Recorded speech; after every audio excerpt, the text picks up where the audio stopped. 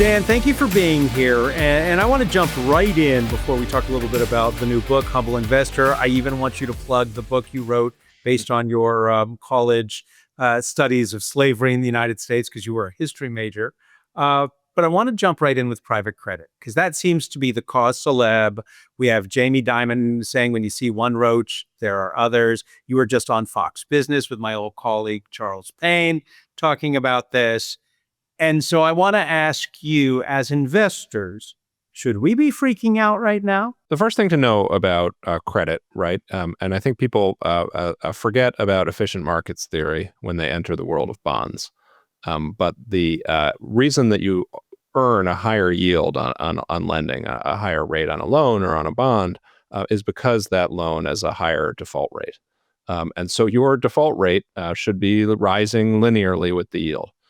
So a bunch of insurance companies and pension funds and college endowments have purchased lots of very high yielding credit, maybe 10, 15% of their portfolios in some cases. And they have generally carried this on their books as though it were investment grade debt, even though it yields 10 to 12%. However, it should be relatively obvious that debt that yields 10 to 12% is going to default a lot more than debt that yields 5 or 6%. In fact, it's going to default at rates of probably 25 to 30% whenever any sort of crisis comes.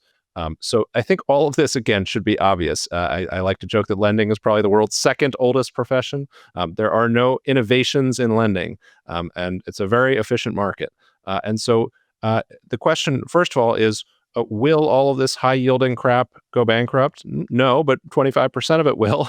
And the people that thought it was not going to go bankrupt, the same people that deluded themselves in the financial crisis into thinking that their subprime mortgage-backed securities were in fact should be investment grade rated, are the same people that made the exact same mistake with private credit. And the cracks in the market are showing. Okay, so go ahead, Adam. Well, you just brought up how I got my introduction into the world of finance, because I was a much younger man at the time and was working for Fox Business and got plopped in Washington, D.C. in 2007, right after the two Bear Stearns hedge funds blew up. What I learned during my coverage of Paulson and TARP and the collapse, and I was outside, I can't even think of the name right now, it's Barclays now. But when they went bankrupt, it was really Lehman Brothers. What I learned, and you talk about this very well, experts get it wrong, you cite a study. I've grown up always believing the experts, and the experts know better. But what I realized is even the smartest among us sometimes are just throwing a dart at a board. And I'll bring this to the current period. Jamie Dimon, he made the cockroach comment, and everyone went, oh, well, the great Jamie Dimon has just said what he said. Well, the great Jamie Dimon's bank lost $170 million investing in this kind of crap, or at least steering their clients into this kind of crap. And don't get me started about JP Morgan Chase and Madoff and their $3 billion, we don't admit nor deny we did anything wrong crap. So when the best banker in the world is allowing funds, and for them, 170 million is a nickel. What does that tell you? Yeah. So I think, Adam, we've got to separate out the different parts of private credit, right? I mean, I think there are the people in private credit that know what they're doing is buying single B rated credit, and they're trying to earn a little bit better than single B rated bonds, or a little bit of a spread, a little bit of a premium. They expect defaults, they're aggressive, they're conservative, however you want to describe what a good lender should be. And those people exist, right? So we can't paint the world of private credit with too broad of a brush. And then there's the world of people that said, holy smokes, I can lend 10 to 12%, and I'm going to earn 10 to 12% because who I'm lending to is private equity firms, and private equity firms are never going to make a bad investment, and everything that they touch turns to gold. And so this is just going to be a great market for me, and I'm just going to grow as fast as I can. And that's another big portion of private credit, and that's the really scary, dumb stuff. And I think what you're seeing is, yes, again, the cracks are showing, and you're starting to see story after story of just stupid stuff that got done. Because these people didn't understand risk management. I expect Apollo Global Management understands risk management. I expect that Jefferies should have understood risk management. I expect Blackstone to understand risk management. As Ricky Ricardo used to say, explain to me what happened. It feels like And I'm speaking as not as skilled investor as many of the people who are watching, but I feel like we, the average American taxpayer, are about to get sucker punched again. Well, I think I have a little bit more optimism here, Adam, because I think if you look at what happened after the financial crisis, and this is sort of the origin story of private credit, the government told the banks, stop doing this stuff. It doesn't work. It was a disaster in the financial crisis. You don't want this illiquid, high bankruptcy risk stuff on your books. Get it off. And so the banks abandoned the LBO lending business or moved out of it in dramatic fashion. And then all these private credit lenders popped up to start doing it. And they had, again, often, they were new, they had no track record, that, whatever, they never managed through a crisis, and they started lending money on the belief that private equity can do no wrong. And that business has grown rapidly. And so I think what you're seeing is actually good in the sense that it's Jeffrey's, private fund for their clients, or Blackstone's private fund for their clients, or Apollo's private fund for the clients getting blown up. And they're not even getting blown up. These are, in many cases, rather pedestrian losses for them. But not the banks. Okay, the banks have dabbled in it, but it's generally an asset management arm. It's not on their balance sheet. We're in a much safer position from a financial systematic risk perspective than we were in 2008. And I won't keep harping on this, but I got to ask the one question because it's the word we don't hear a lot since the great financial crisis of the early part of the century. Contagion. Do we know for a fact that there isn't a contagion that's going to have Uncle Sam here? We need a bailout for those who should have known better. Yeah, and I think what's interesting here, and Adam, I like to talk about experts and the idea of expertise, because I think what's really interesting is we've seen this sort of fascinating sort of a flip where for many years people talked about sort of the endowment model of investing, and big part of the endowment model was a massive move into privates, often 40, 50% in private equity. And what you've seen over the last 3 years, really since rates started rising, is that those strategies have been brutally punished. And so if you look now and you compare large endowments that follow the so-called endowment model to your typical 60-40 portfolio or your average, Fidelity investor, the typical 60-40 portfolio, your average Fidelity investor, or your small cap foundation that didn't invest in privates is in the top decile of returns relative to these big, supposedly brilliant people that piled into privates. So I think what's sort of interesting about this crisis, Adam, is that it was the smartest, again, to let echo of the financial crisis, it was the smartest guys in the room. It's the people who thought, Yale's endowment, Harvard's endowment, these, and I'm not picking on Harvard and Yale in particular, but just like the most brilliant investors have made, in my view, the worst investments by massively over allocating this very, very risky space and not understanding the risk behind it. And so I think it's going to be most painful for those asset managers. And then I think you're right to ask, where will the contagion spread? Because generally, like the wings of a butterfly that cause a hurricane, it's these small shocks that can create very big crises. Well, and I think I'm talking to my people who are the less informed, perhaps, investors who might be watching us on YouTube, not necessarily on our platform where they have more skill, perhaps. But for instance, private equity, we understand why private equity needs to exist. We need that. And there needs to be success and then needs to be failure. Private credit also needs to exist. If I can't get a loan from a bank, I need to access, yes, at a higher rate, private credit. I'm thinking of Angelo Mozillo right now, who never had to pay a penny and walked away scot-free. But now we're opening this up, private credit in 401ks, to millions of Americans and who have a rudimentary, perhaps, if any, understanding of when you're putting money into private credit, it's going to be put to use, perhaps through private equity, in ways that you're not going to see. And look, you can lose if you invest in, cannabis stocks through an equity. But how is there not going to be a whole world of hurt coming our way in the next couple of years? Yeah, I think what's funny, and again, I come back to this idea of sort of expertise and sort of this flipping over the past 3 years, and I think that I'm actually a lot less worried about retail getting excited about private equity and private credit, because let me outline a few key things that you need to know about private equity and private credit. One thing, private equity has been underperforming the public equity markets by a rather significant amount for the past 3 years. So now I, as a fiduciary at a trust, that's taking in pension money or 401k plans, I have to be convinced that this thing that's done worse than the public markets should be replacing my public equity allocation. And then I'm going to say, well, what are the fees? Because right now we pay 15 basis points to Vanguard. What do you want to charge? And they're going to say, we want to charge 400 basis points. So 400 basis points, I'm going to get shot. I'm going to get dragged out by my customers and hung. 400 basis points. Who pays 400 basis points? You say, yeah, Harvard and Yale, and right. I mean, everyone smart you've ever heard of is just put 40% of their portfolio into this stuff at 400 basis points or higher fees, right? So it's this. I think it's this. In my view, it's as Edmund Burke wrote about. He said, though you.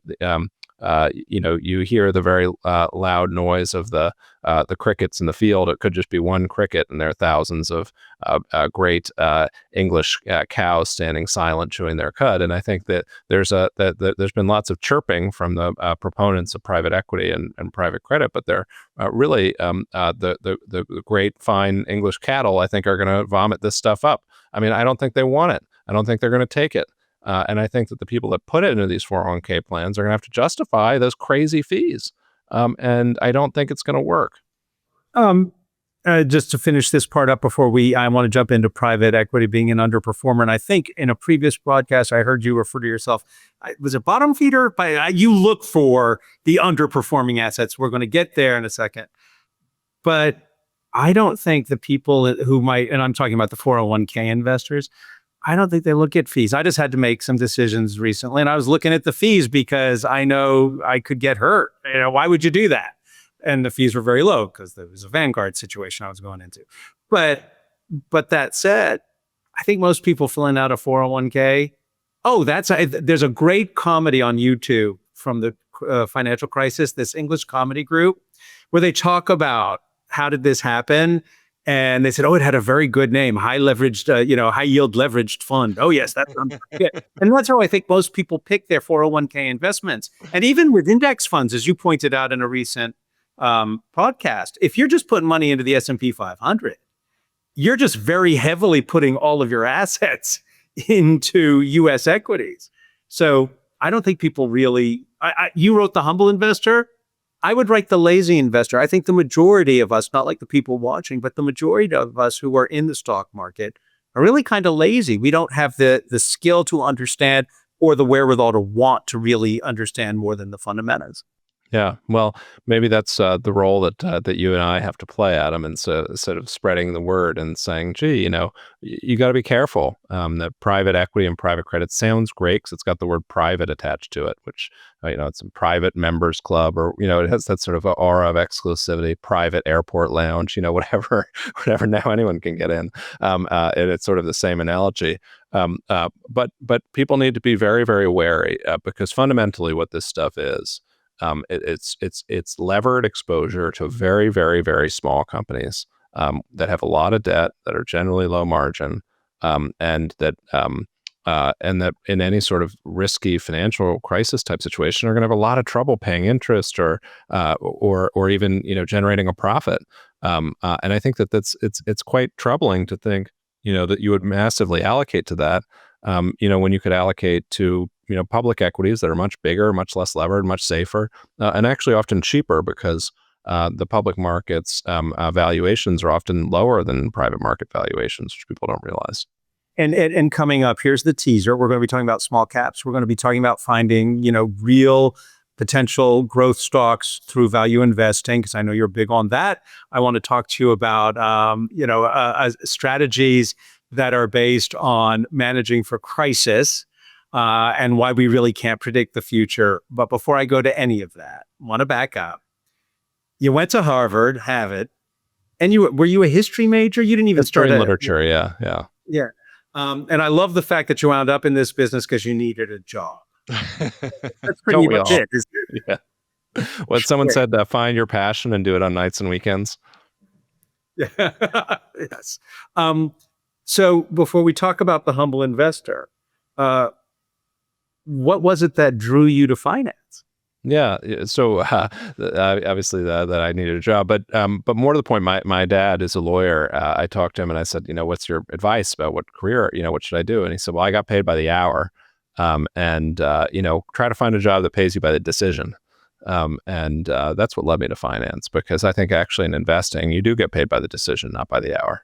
Okay, I'm going to talk about that because I took your advice on something and I plugged it in. We have an AI agent here. I plugged it into the agent here, and then I tested it against ChatGPT, and I wanted to see what you think of what the agent said. But uh, before we do even that, and you still have time to do outside projects from finance. You've just published a book recently about slavery in the United States, and I've read Caste. I have studied at different things that I didn't learn about when I was in high school or even in elementary school. But the most recent book that you've written deals with a slave revolt that I had never heard of, that took place in New Orleans. Can you tell us a bit about that and why you decided to go forward with that book? Yeah, so that was my senior thesis in college, which I published as a book 2 years after I graduated when I was 23. And that was the largest slave revolt in American history. It happened in New Orleans. Very few people knew about it at the time. And it was, I thought, a great story. I think, I always loved the movie Braveheart. And I like these stories of people fighting for their freedom. And I found this just incredible story of these enslaved men in the plantations of Louisiana, which is a very foreign place to the current American mind. A lot of people, most of the people spoke French or some Spanish. A lot of the slaves had been enslaved on Haiti, which had just had a brutal revolution of its own. And so you had this sort of mini Haitian revolution in the the rivers coast of Louisiana, the German coast in 1811. About 500 slaves were involved. They were tried, some just executed, and then their heads were put on pikes for miles and miles outside the Mississippi River. So it was a sort of brutal story, but a fascinating one, and I think one that in my mind was again sort of this Braveheart story of people that the sort of unquenchable quest for freedom, and what ends people will go to find that when they don't have it. And you published it, what, 200 years after that revolt, 2011? Yes, yes. So when did you found Verdad? And I listened to how you came across the name, the Spanish name that means truth, which it's a great word. But share with our audience how you came up with Verdad and what led you to found the firm. Yeah, so I'd been working in private equity, and I left to go to business school, and I started Verdad while I was at business school. And the original idea behind it was that, if you think about private equity, there are really three things that distinguish private equity from public markets. Private equity deals are very small, around 200 million a market cap, whereas the S&P 500 is in the tens of billions. They're generally levered, so the companies are borrowers, and generally about 2/3 of the purchase price is funded with debt. And then third, and this is quite interesting, and sort of what led me to start the business, is that from about 1980 to 2004 or so, private equity purchased companies at about a 40% discount to public markets. And you think, well, why was that the case? And you think, well, they were small and they were private, and if you could kind of get access to them, they deserved a lower price because they were small, lower margin, and less diversified. And you could make money by then, packaging them up and selling them to a publicly traded competitor that was much bigger, who wanted the scale. And that trade worked for 20 years. And then private equity became institutionalized, or started to become institutionalized in the mid 2000s, and then it became an asset class in the 2010s. And what you saw as this massive infusion of money drove purchase multiples up and up and up, until private equity was paying the same price as public markets, and then more recently more. And I said, well, I don't think that's going to work, because I think when you're buying, these small kind of dinky companies, you got to get them on the cheap. I think, I am a bottom feeder. I think that's the way you make money. You buy things at a big discount. It's hard to get hurt falling out of the basement window type of philosophy. But private equity had become this sort of glamorous, buy these crazy businesses at crazy prices. And I just didn't like that. And so I said, well, where do cheap opportunities exist? And I actually realized that so many people had abandoned the public markets in favor of the private markets that there were actually hundreds of companies that were very attractively priced in public markets. And, you didn't need to go through all this, high fee complexity and deal structuring to get access to them. Did you come to this realization when you were working? I don't think many people have ever heard of them, but this startup Bain and being crushed. But is this where that you started to formalize this thesis? Yes, exactly. And yeah, go ahead. And well, Charles Payne, who, I haven't spoken to Charles in years since I left Fox, but he made a statement which stuck out to me. And I was just curious, is that accurate? There are more private equity firms in the United States than there are McDonald's franchises. Oh yeah, yes, yeah. I felt accurate. It's crazy. There's I think there are more. Reaching out. I think there are more private equity firms than there are private equity owned companies. It's an insane statistic. So that's a good setup then, insane statistics, to come into the humble investor. Don't buy my book, The Lazy Investor. The humble investor out here. I think the lazy investor would do pretty well, but I'm not complaining about how I've set up, but I've also had, quite honestly, and I want to talk to you about passive investing. We did this with Bob Elliott too. But I've had the benefit of my generation, Gen X. I mean, we really rode a wave of productivity and stock market gains that we were able to do this with our eyes shut. Yes, there were drops, but all you had to do was stay in the market. I think it's shifting, and where your book comes into it, how to find a winning edge in a surprising world. I don't know if this is in the book or if you said this on the podcasts that you've been on, but you want to create an asset allocation program that can withstand the tests of time. And I think the way you described it was preparing for crisis. How is managing crisis different than my trying to plan for retirement and allocate for what I expect in the future? Yeah, so I think that the reason I write about humility is first that I think that the same neural circuits that power our memory are the ones that we tend to use for forecasting, right? So if you think about sort of the primitive caveman, you find the apple tree a little bit from your cave. And then the next day when you want an apple, you predict where the apple tree is going to be based on your memory of where the apple tree was yesterday. And in investing, we tend to do the same thing. We remember and we use that memory to forecast. And so people tend to trend extrapolate this. So if this asset has been doing well, it's going to continue to do well. If this company's been growing, it's going to continue to grow. And what people don't realize is that when you're predicting things in financial markets, the future is a radical break. We actually are not, humans are not prophets. We are not seers. We cannot, the gift of prophecy is not one that has been given to us. And so when we try to extrapolate and say, well, what's going to return the best? Or is this company, what rate is it going to grow at? We don't realize often how poor of a job we're going to do at making those predictions. And so I start with the idea of what I call future nihilism, which is let's start from the premise that you can't predict anything, that the world is completely unpredictable, right? Then what would you do? How would this change your behavior? And then you can move from there to saying, well, what can I reliably predict, right? And so there's some things that we can maybe more reliably predict than others. And often these are big, general, simple things like stocks are going to outperform bonds over the next 30 years, right? I feel pretty confident in that prediction. But it's a simple, broad one. It's not saying, oh, I think it's going to be 9.2% for the equity market and 4.3% for the bond market or something, right? Which is who knows, and who knows the path at which we get there. So I think the first mode in humility is stepping back and saying, let's start with future nihilism. And then I think the next step, right, when I talk about crisis investing is to say, well, in some sense, one of the things that we do know about the future is that there are always crises, right? Punctuated in times of a boom, there are always these moments of bust. And in those times, are often the greatest risks to our net worth that we're going to do something stupid. And also the greatest opportunities when other people are doing something stupid for you to make a lot of money, right? And we all know stories of people who, the world was blowing up and they bought X and oh my gosh, wow, that was the deal of a lifetime. And so what I'm arguing in the book and the section on crisis investing is one of them is that people should plan for a crisis and say, well, gee, I don't know when it's going to happen, but I know it will happen. So what's my plan? What am I doing now to get ready for that? And I think that that's a very important thing to do, right? And it's not saying that I know that there's a crisis coming and I don't know when it's going to come. And I think that is part of this humble reaction to a surprising world.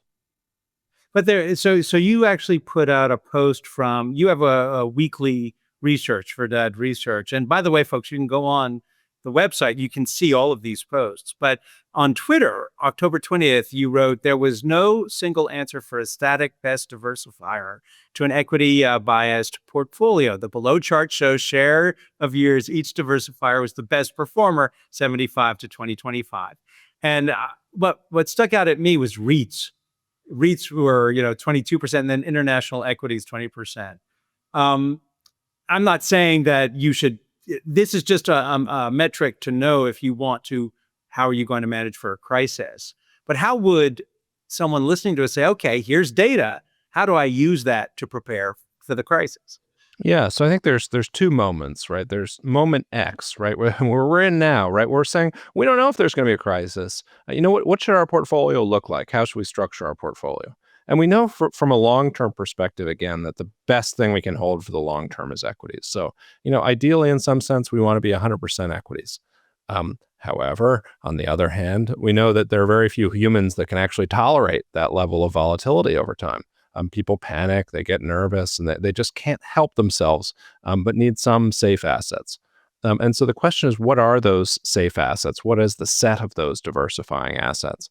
And what role do they play in a portfolio? And I think there are a few things to highlight about that. One is that they're over the long run, every diversifying asset does worse than the equity market. And so by diversifying out of equities for the long term, you are doing worse and you're accepting that. And so you have to understand what that trade-off is, right? I'm doing this because I need to lower my volatility. And then I think the next thing to understand is that the reason that that in any given year, which is the best diversifier is going to differ. And that's because you're diversifying against different risks, right? If you're worried about inflation, well, bonds aren't going to help, but gold is, right?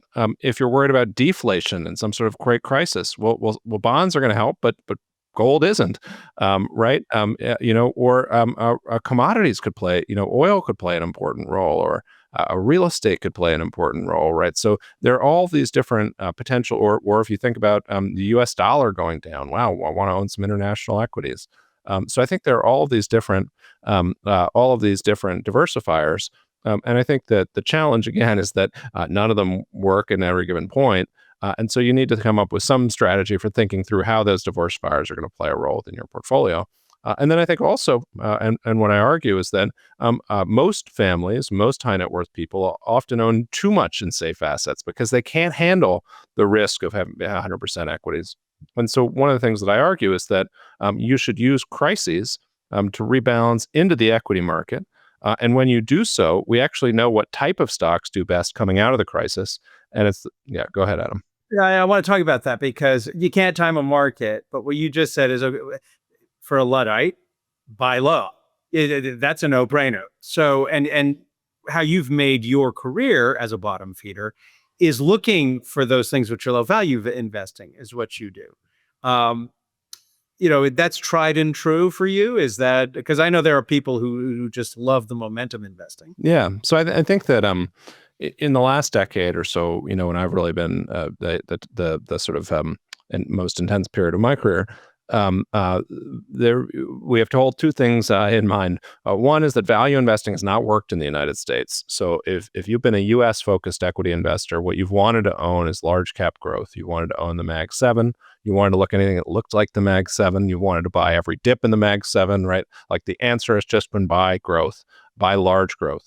Now, the other important thing to know is that the U.S. is the most expensive market in the world. And so the minute you go out of the U.S., you've been in value land. And in value land, the cheapest stocks have done the best. So if you go internationally, value stocks have dramatically outperformed growth.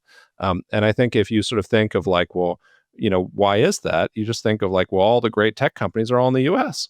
But all the great value stocks are in the international, right? The stocks that are cheap in the U.S. are cheap often for or good reason, whereas international are often cheap just because people have totally forgotten about them, and you can earn great returns on betting on them to rebound. So I think that's been sort of the recent story. And so what I say is, I think it's important for people to maintain balance of U.S. international, and then to remember what's been working in the two regions. It's interesting because you're also the book's title is also you do convey a sense of humility. You joke about being a value investor at a very difficult time to be a value investor over the last 5 years, at least in North America. Yes, yes, Um, it's a I humbling do want to ask. experience.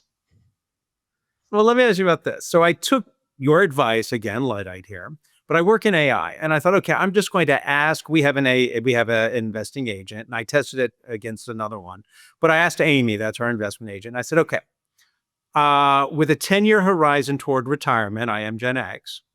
I want to invest in stocks. I already have retirement savings, but I want to diversify and I want to look for value invested stocks only in the S&P 500. I didn't say small cap. So I kept just the S&P 500 because that's my bias. And if that was a mistake, I should have done it probably with the Russell. But I asked it to make some suggestions and it responded. And it told me for a very conservative 10-year retirement horizon, S&P 500 screen that combines a sub 15 PE with greater than 3% dividend yield, greater than 15% return on equity, and 0.5 debt to equity ratio. It pulled up 7 names. And then I thought, wait a second. And the names it pulled up, AT&T, it pulled up General Mills, it pulled up Target, and it pulled up United Parcel Service. And I thought, isn't that counter to what we've been talking about? Just, I realize you don't see the data I'm looking at from that run, but what do you think of that? Because I think a lot of people are doing what I'm doing and putting into AI agents, here are the parameters, here's the prompt, what do I Yep. do? Yeah, I would have thought Comcast would have been in there too, but just the sort of same sort of business. Yep. I think that one of my reactions to that is that I did a piece recently on factors. So you can think of what you described, each of those things you described as a parameter for your AI thing, as a factor. Value is a factor, quality is a factor, dividend yield is a factor. Since the early 90s, academics have been very focused on using these factors to predict the equity market. And one of the observations that I published on recently is that if you look at the returns to factors, right, how much of a premium should I earn for buying the cheapest stocks in the S&P 500 versus the most expensive stocks in the S&P 500?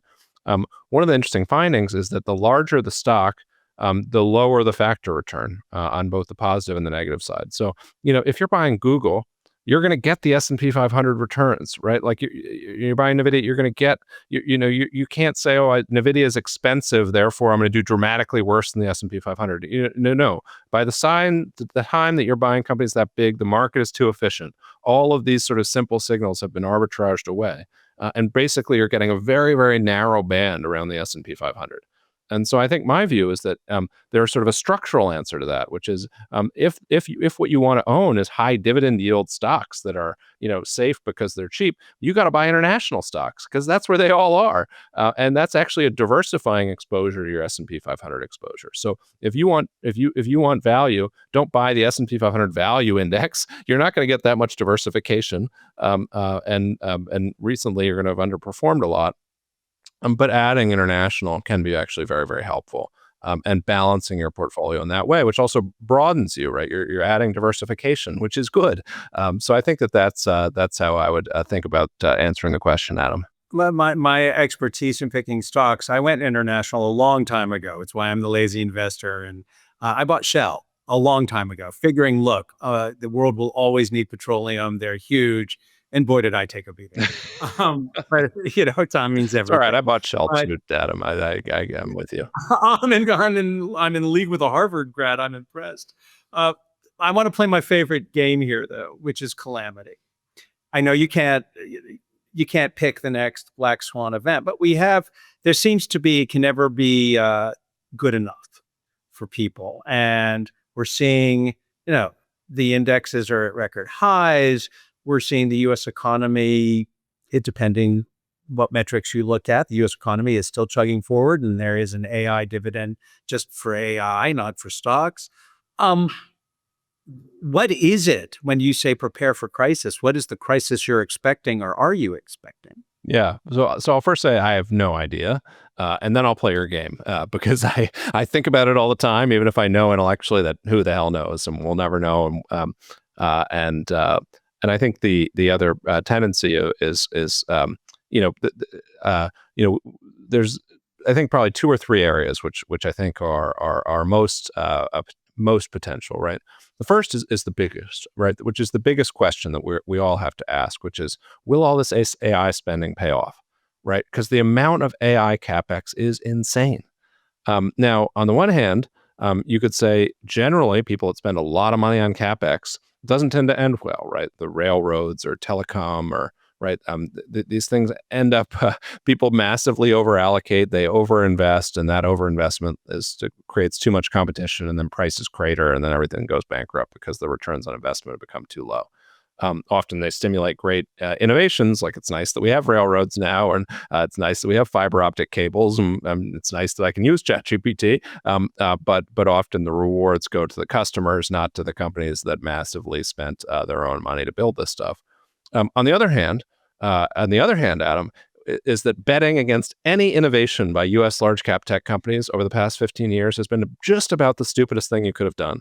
And I put myself in the skeptic value camp. I thought, really, electric cars, it seems like they're never going to make a profit. The auto business is not a good business, and they're trying to make electric cars. And who's going to buy electric car, right? So, look at how well Tesla has done, right? So you can kind of come up with these kind of far-fetched ideas, and U.S. tech companies have been able to turn them into gold. And so, in some sense, you say, well, let's just give them a chance, right? Let's bet on this again because they've done so well. So who knows which of those stories is right? But it's obviously the big question on which the market hinges. And before we play Calamity, I will share. I have two older brothers. One is a Wharton grad, Stanford MBA, was at McKinsey, very accomplished guy.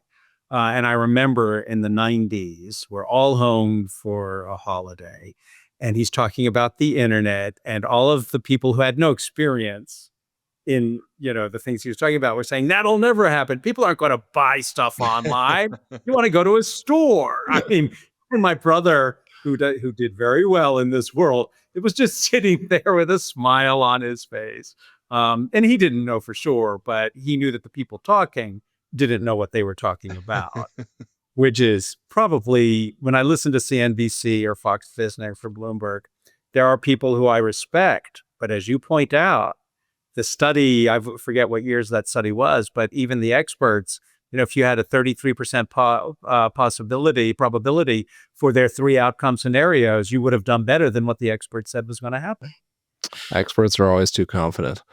So let's talk Calamity. Yeah. I'm going to throw out my first Calamity. Here's Let's what we think about the Calamity. I think we have a Mamdani election in New York City, which isn't necessarily a calamity, but I think it amplifies the political divisions between Washington and local government control, between conservatives and liberals. And I think it gets very ugly.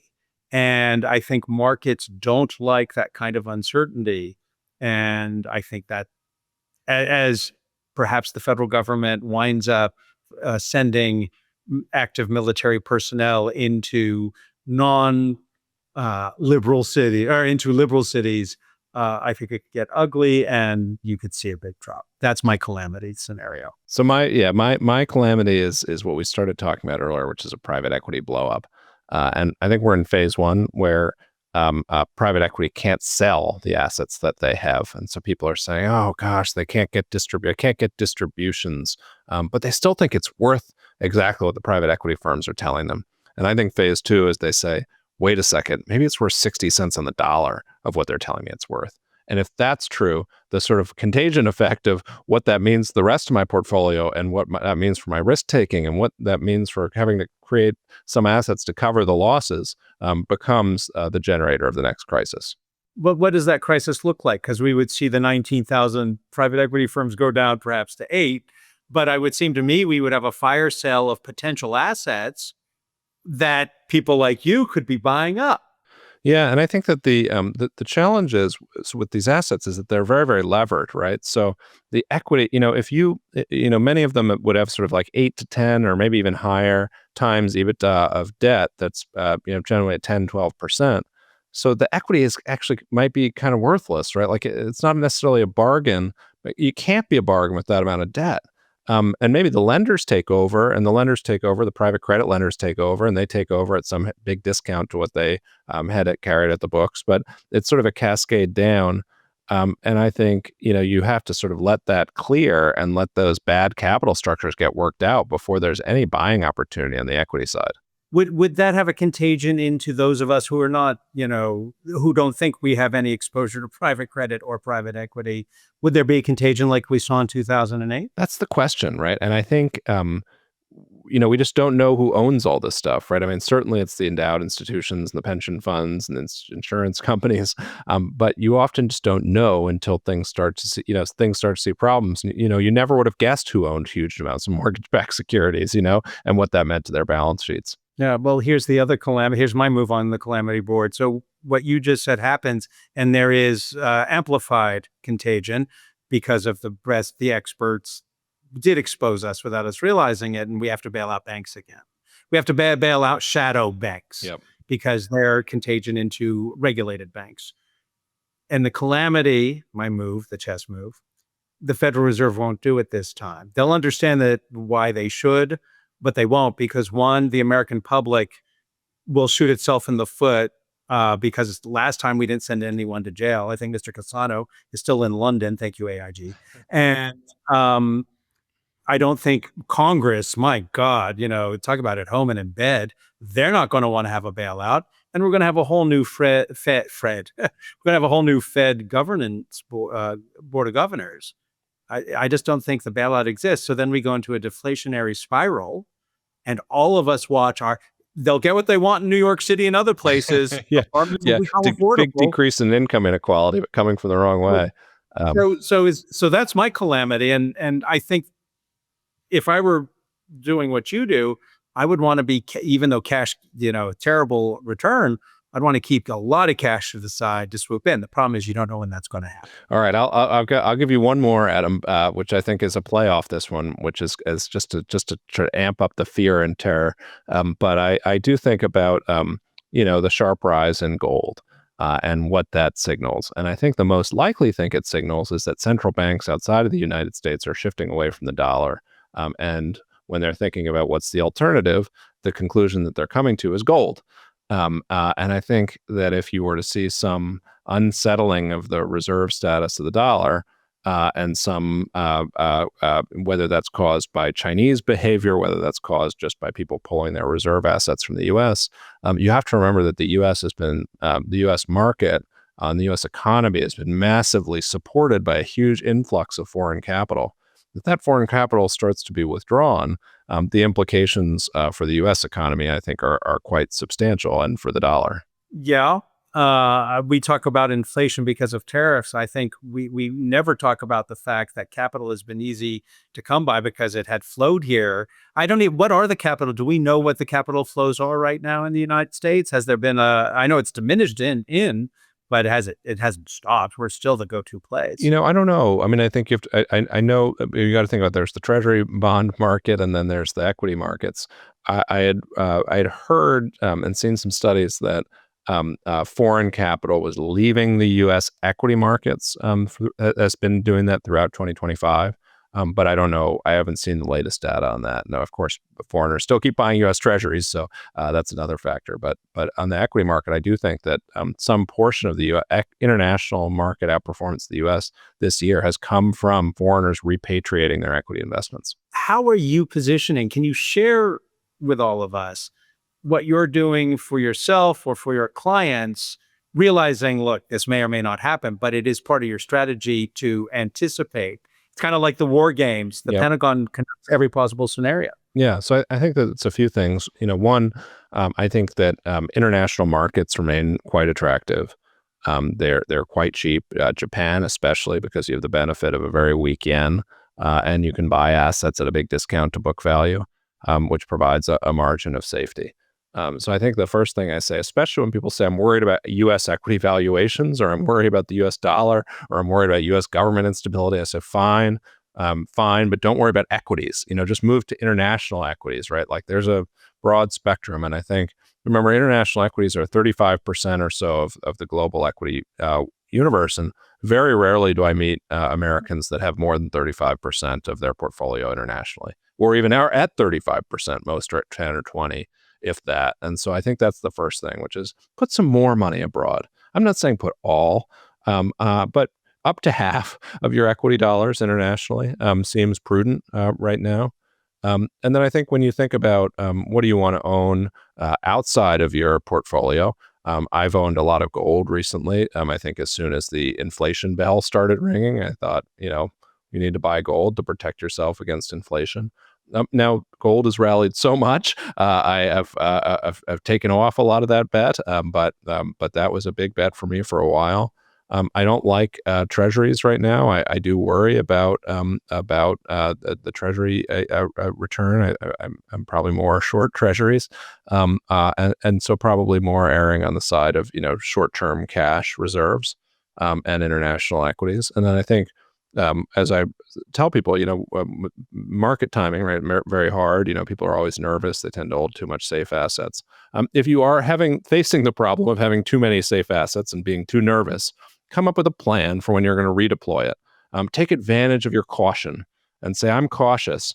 But when others are terrified, I'm going to be optimistic because I have the virtue of being able to do so by virtue of my caution now. So don't be cautious now and then terrified when the crisis comes, because then you're never going to catch up, right? You're always going to be behind. You've got to be cautious now so that you can be aggressive when everyone panics. Right. If the market drops about 20% and then goes up 20%, you're still at a loss of 4%. I think you talked about this in another scenario. Just to wrap up, because we have a torrential downpour here. I don't want to lose. That somehow is disrupting the internet, which I can't quite figure out. I want to come back to something that you did say about when we get these corrections in the United States. And I might have misunderstood. So end on this and clarify it for me. The United States, the United Kingdom, when we have a correction, let's say 20%, it's not a long time before we get back to 100%. But in emerging markets, and I think some people might mistakenly think, oh, he just said go invest in emerging. You said go invest international. But I'd be careful about emerging. What was the point you were making, and what do we need to pay attention to? So emerging markets, again, I am very wary of emerging markets. And the reason for that is that crises always happen. And the developed countries almost always recover from those crises, right? They're resilient, they're diversified, they're rich, they have multiple sources of economic growth. But emerging markets face two problems. One, they're poor, they're often undiversified, so something bad happens, and they just never recover. And the second is they have much greater risk of political instability. And I don't mean the fake political instability we have in the United States. I mean a real socialist gets elected and actually steals everything. And I think that happens all the time. And I think, so I think that you want to be very wary of those emerging markets where there isn't a rule of law. I joke that my rule of thumb is if there's a U.S. military base in the country, then you're safe to invest there, right? You're going to get your money back, right? So Japan, great, right? Big military base there. UK, great. Germany, great, right? I mean, there are a lot of countries that are totally safe for U.S. dollars. But there are a lot of countries that aren't. I don't know how great I'd feel about putting my money in onshore China. They tell you they're communist, right? You really think they care about your property rights? And they tell you that they're a competitor of America. So American property rights are probably not in the top 10 list of things that the CCP cares about. So I think that my view is that, again, international developed markets, attractive and safer in some sense than the U.S. from a valuation perspective. But again, EM, I steer clear of generally.